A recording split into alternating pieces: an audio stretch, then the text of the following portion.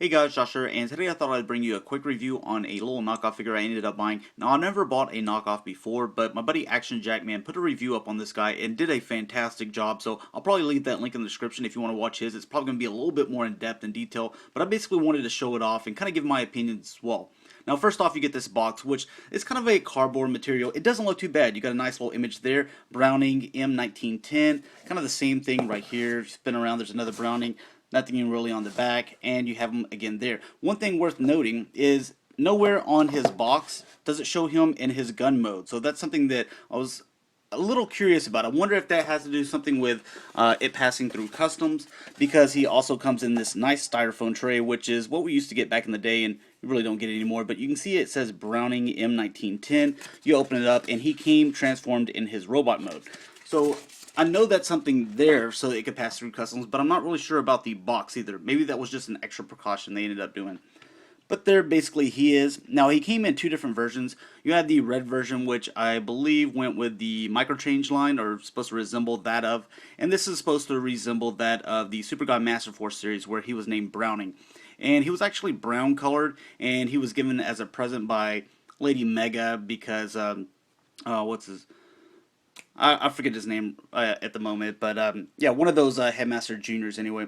But he was feeling down, so she ended up giving it to him so he would have a little buddy to play around. He's kind of like the little jokester. He's really funny, and he's just so cute. He's a Decepticon, and it doesn't make sense giving a kid a gun whenever they're feeling down. It's kind of weird in the anime, but you just kind of go with it. It's a great anime, and this character, I really do love him. I like it a lot. So let's go ahead and do some size comparisons. First one that we'll do is we will grab, you have Fans Project's T-Bone here, so you can kind of get the idea of how tall he is. He's a decent height there. A little bit larger than today's Deluxe, but smaller than a Voyager.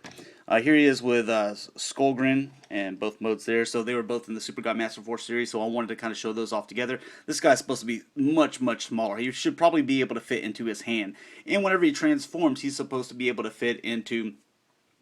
Oh God, I can't think of his name. Squeeze Play. Yes, there it is. So he's supposed to be able to fit into Squeeze Play's hand whenever he's in human mode. So that kind of gives you an idea how small he's supposed to be in the anime. But we know whenever they come out in the toy versions, things are all messed up and stuff like that. He also came with a couple of sticker sheets.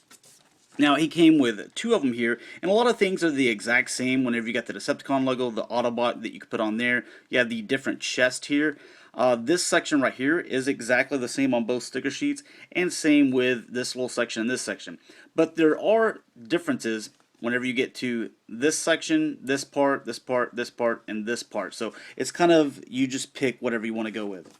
I have no idea what's going on with the light there. Hopefully that focuses in a little bit better. You do get an instruction sheet as well. It's alright. It tells you, it's good enough to tell you where things move, and it doesn't have any type of language. You also get a sprue of these like little missiles or bullets here. So I do have one off, so we'll play with that here in a bit. But as far as articulation, it's not too bad, to be quite honest. He can't move anything here at the head, but with his arms, if you kind of pull out, you can move this section, but if you just try to move it, it's stuck into place. So there's like a spring right in there that you have to pull out so that you can move the arm however you want. You can obviously go in and out. That's part of transformation, but I still think that's really cool. Just that little stance right there. He can move his wrist, and he has his little two chrome guns there, which don't look too bad. I believe Action Jackman said that these are basically the yellow plastic, but they are just painted over with that chrome. But in all honesty, they did a really nice job. You really can't tell that it's just not nice chrome throughout. Kind of like this. Now, as far as diecast goes, all this section with the legs, all this metal right here is diecast, this is diecast, and this is diecast, which is really amazing considering the fact that, again, I kind of feel like I have to remind you, because I have to remind myself that this is a knockoff. And it shouldn't be that good quality, in my opinion, but it is. I really couldn't tell if someone just gave this to me, with no package or anything like that, and said, "Yeah, this is a Browning." I would never, question them on whether it was a knockoff or not authentic. So, as far as waist, he can move right here. He can also move back and forth a little bit here with the legs. So let's go ahead and get to the transformation. I'll pull these guns out here. And with this arm, you're going to have to pull out the hand.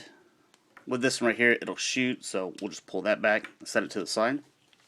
And getting into the transformation, first thing we're going to do is push these feet up, pop these back heel spurs in.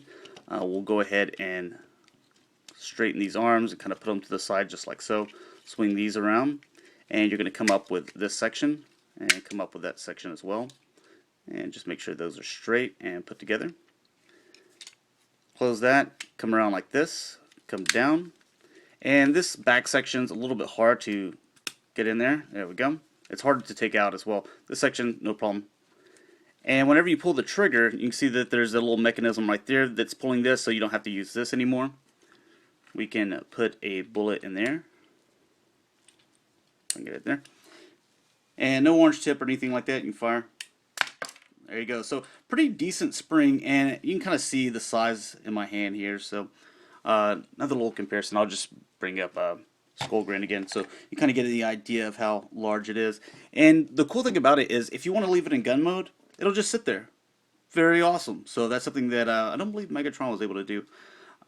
So you can do that, or if you want to have it up, you pull those back heel spurs out again and just kind of set them like that to where he's kind of looking up in the air. So thanks a lot for watching, guys. Hopefully you like that. Just wanted to kind of give a quick little rundown of the figure. I believe it was only like $50, and if you try to track down the originals, man, you're looking at some serious money, and on top of that, you'll probably never find them complete either. But thanks a lot for watching, guys. If you want to get this figure, I'll make sure I put a link in the description where I bought it. Maybe they'll get some restock, or I don't know if it's been sold out yet, but definitely jump on this. I give it my silver approval if you're buying a knockoff or don't mind them. I'm sure Action Jackman as well, and along with Victory Saber 77, I know he's going to be reviewing this as well. So thanks a lot for watching, guys. Hopefully you enjoyed, and I'll talk to you later.